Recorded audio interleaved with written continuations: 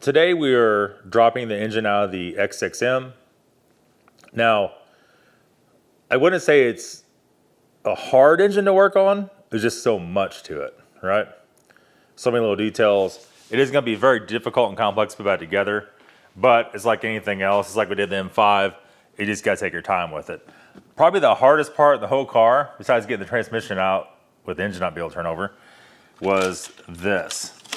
And there's multiple layers to this. It's ECU plugs.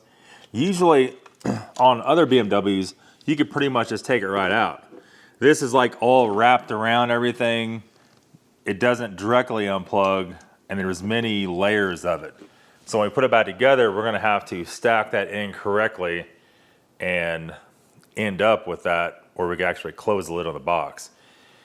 But everything did unplug, not exactly ideal.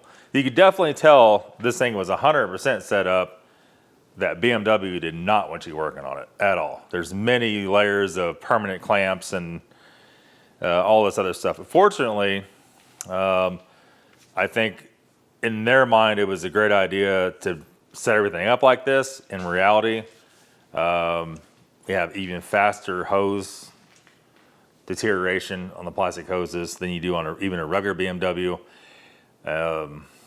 You know, it's just a lot happening here. I'm not really sure. Now, they use this engine in the M5, M6, X5M, X6m. I'm probably forgetting a couple of them.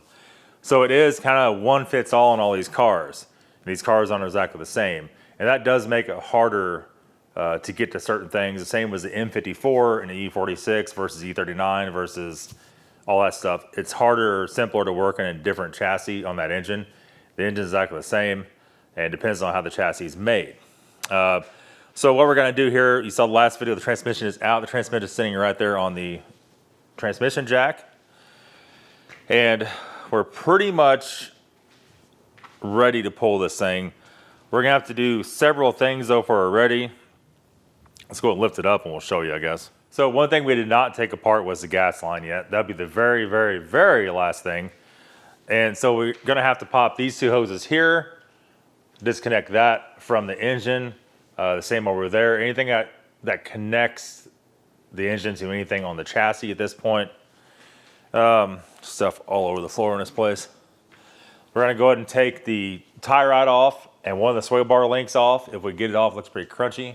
We're going to leave the brake, the spindle, the brake disc, and everything all on. Like, this is going to hold everything up, right? The strut's already unbolted. That's going to hold everything up. I do see that the headlight auto leveler system, we might take that off just so that don't come down and break that.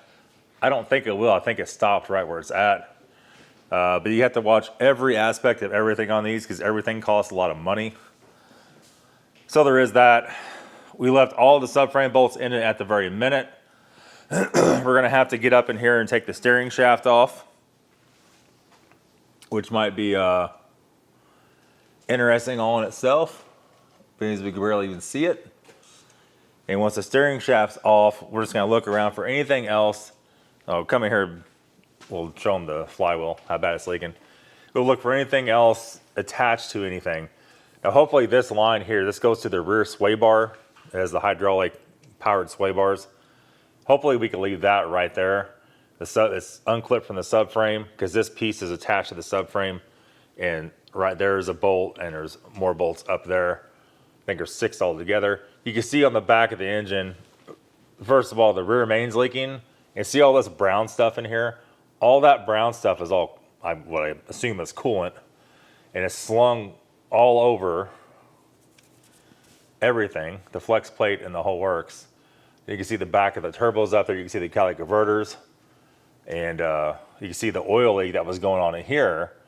Oil just pouring down from above. Probably a turbo line going to, oil line going to the turbos.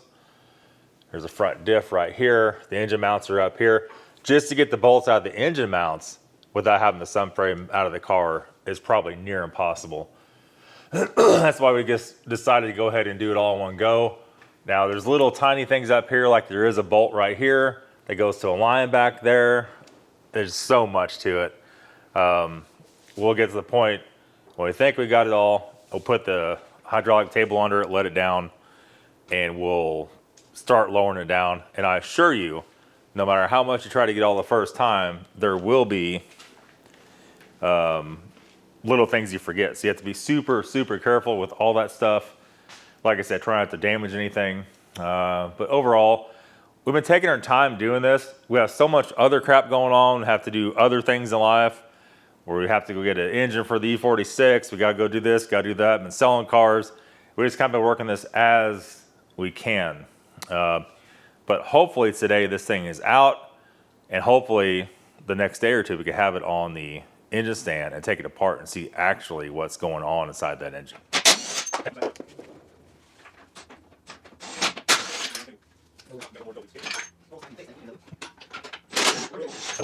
Maybe just put this under it for right now. Put it inside. We can't get nothing down there like that.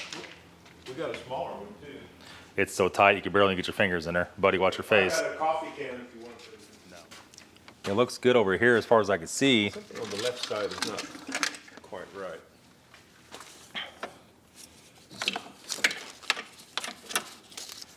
Okay. Everything looks good up here. Put a little bit more. All right, hold on.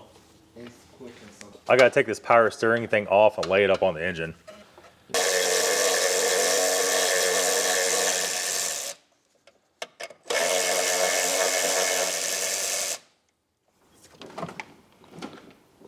All right, hold on, go slow. That's the steering shaft. Hold on. It's just a steering shaft hitting that. Okay, there's one thing. Let the car, flip it and let it down a little bit. I'm gonna unplug this. It's like you pick your nose, right? Yeah, same thing.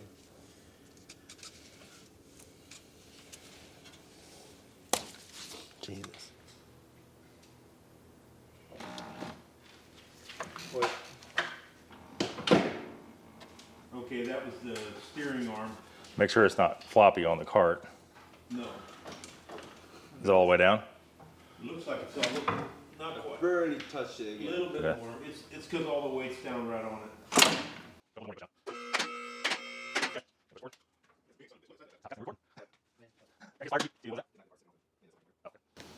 Okay, we'll probably leave it right here for right now. Oh, almost ruined my toe. That's been bad news. Okay, so definitely a big hassle. You can see the mass, and I'll stand next to it, let Philip get a shot of it. You can see the mass of it. Obviously some of that's cart, but this is definitely one of those cars that was probably never intended, like many cars by BMW, was never intended to ever come out. Doing a little Casper the Ghost there. Powder. Definitely was never intended to be worked on. It seems like it's more of a, I want to say it, Kia setup. Run it to 100K, throw it in the trash, go buy something else. Everybody's gonna be like, oh my God. Just the way everything is routed. Definitely not like older BMW at all. So we'll let this be a very fair warning to you. If you're looking on Copart, like this car was, or whatever auction it is, and you see one for a good deal, what do you have to buy one of these cars to come out on it? We were talking, I think, like 4 or 5 grand. Anything over 4 or 5 grand, this is not a good deal, period.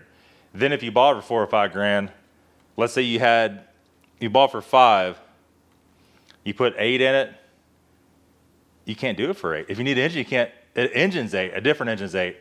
Then you still got all the hoses, all the water pumps, you have to put rod bearings in it. You're gonna have 10 plus in it. So if you had 15 or 16 grand in it, what's this thing truly actually worth? Nobody knows, because everybody's so scared to buy them because of this. They're not gonna care if you say all the work's been done or not. Like a really good one goes for 20, 22. I think, and realistically, you might be able to sell this for 18 or 19. Like if you did everything, I don't know. That's it. Stay tuned for the next video. The next video, we're gonna have this thing on the engine stand. We're finally gonna see what's wrong, like what happened inside of it. Because it is seized up right now. I think it spun a bearing on top of the other one. We don't know. We could have multiple broken rods. We just don't know. We're gonna find out. Stay tuned.